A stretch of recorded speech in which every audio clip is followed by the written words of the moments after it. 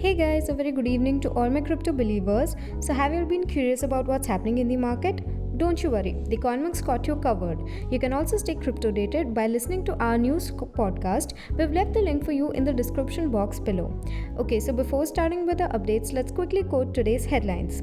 Cardano ambassador addresses FUD surrounding the project. Bitcoin mining firm Griid set to go public via $3.3 billion SPAC deal. David Marcus leaves Meta, Facebook, and Novi. UAE issues first NFT stamps in the Middle East. So let's start off with the refresh feed.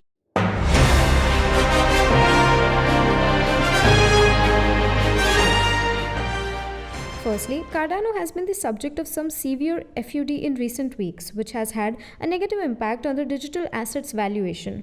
The most noticeable piece of negative news surrounding the asset was the delisting of ADA from the eToro crypto market for US users. Since then, the altcoin has seen huge price drops, sending the digital assets price to 3-month lows. This could be a huge downfall for the real, right? Since they claim to be the Ethereum killer. Anyways, let's have a look at what they have to say with our next headline being: despite the fact that the delisting was announced a week ago, the project's negative press has not faded.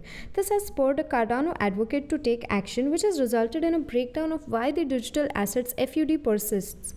The Cardano ambassador took to Twitter to address all of the current FUD around the altcoin. For one thing, they claim that the majority of it is due to Cardano being the sole credible alternative to Ethereum, the leading smart contract platform. This ties in with the fact that Cardano has been dubbed a Ethereum killer after smart contracts were introduced to the blockchain. They cited network traffic as evidence that Cardano's activity has been steadily increasing over the last several weeks. While Ethereum had maintained momentum in the same time period, Cardano had spiked significantly, pointing to increased adoption.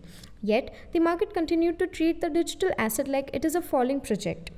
Furthermore, despite still being a few months away from the first decentralized exchanges operating on the network, Cardano has seen such high surges in network activity. NFTs are now the only way for both blockchains to compete, and Cardano has already seen more activity.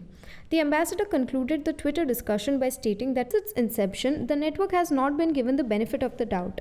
Nonetheless, the project has and will continue to prove the market incorrect. So moving towards our next segment for today, Bitcoin mining firm Griid is preparing to become the latest company in the crypto market to go public, the Ohio-based firm announced Tuesday. I wonder what the anonymous companies would do next. Are you excited? I am. Anyways, let's have a look at the current scenario. Griid will issue shares on the New York Stock Exchange under the symbol GRDI after being acquired by blank check firm Adit Acquisition Corp, following in the footsteps of crypto enterprises such as exchange operator Bullish and crypto miner Core Scientific. The deal was initially reported by Bloomberg last week. In a statement, CEO Trey Kelly said, "We are establishing an American infrastructure company with the greatest pipeline of committed carbon-free electricity among public Bitcoin miners at the lowest cost of scale production. In the 3 years since we started the company, our team has proven a track record of excellent execution, and we really look forward to delivering capacity expansion through this transaction." The company would be valued at $3.3 billion, including debt, under the terms of the agreement. Griid would also receive a financial inflow of more than $240 million as part of the purchase. An acquiring company, created with the goal of acquiring a private firm, brings a private firm public in a SPAC acquisition. The SPAC for Griid is scheduled to close in the first quarter of 2022. The SPAC agreement comes on the heels of news that Griid had received a $525 million credit facility from blockchain.com. The credit line would help provide extra mining capacity, according to a news statement. So moving towards our next coverage, David Marcus announced its departure from Facebook, or as it has lately been renamed, Meta, today.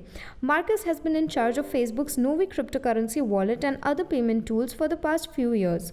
Marcus's future involvement with the DM cryptocurrency, which is not solely administered by Facebook, is unknown. But still, it was quite a shocking reveal. Still thinking if he was underpaid or overworked or something. Let's find out together. Let me explain. Marcus wrote on Twitter on Tuesday, "Personal news. I've made the painful choice to stand down and leave Meta at the end of this year after a fulfilling 7 years at the company." Marcus joined Facebook as the head of Messenger in 2014, where he assisted in the introduction of payment services. In 2018, he was named the head of Facebook's blockchain efforts, where he launched the DM stablecoin and the Novi wallet, two interconnected initiatives. Marcus eventually became the head of Facebook Financial in 2020. Marcus's most recent achievement was the restricted release of the Novi wallet in October. The Paxos stablecoin was used in Novi's initial launch to facilitate transfers between Guatemala and the United States. Facebook redesigned all of its financial products under the Novi brand shortly after the debut of the Novi wallet. This was in connection with Facebook's bigger decision to rebrand as Meta, a move that signaled the company's new focus on the Metaverse. Marcus had stepped down as the CEO of Facebook's Novi product business, which includes the Novi cryptocurrency wallet. Stephanie Casriel, a corporate executive, will take his place. Marcus did not say whether or not he will continue to work with DM, the Facebook-backed stablecoin. Though Novi is designed to be a wallet for the DM coin, DM was always intended to be a collaborative effort between a number of enterprises. DM's operation is only somewhat aided by Facebook. And the interesting part is that this news comes after just one day Jack Dorsey announced that he would leave his position as CEO of Twitter after more than 16 years of involvement with the company. I wonder what these renowned crypto personalities are up to next. The United Arab Emirates has taken a positive stance on cryptocurrency. To honor National Day, the country's postal service is now releasing NFTs. To honor the Federation's 50th National Day, the United Arab Emirates Postal Service is releasing non-fungible token, which is the NFT stamps, adding to indications that digital collectibles are gaining public appeal around the world. This indeed was a great step and could lead to a market boom in the cryptocurrency in the Middle East. Let's have a look at what's getting cooked.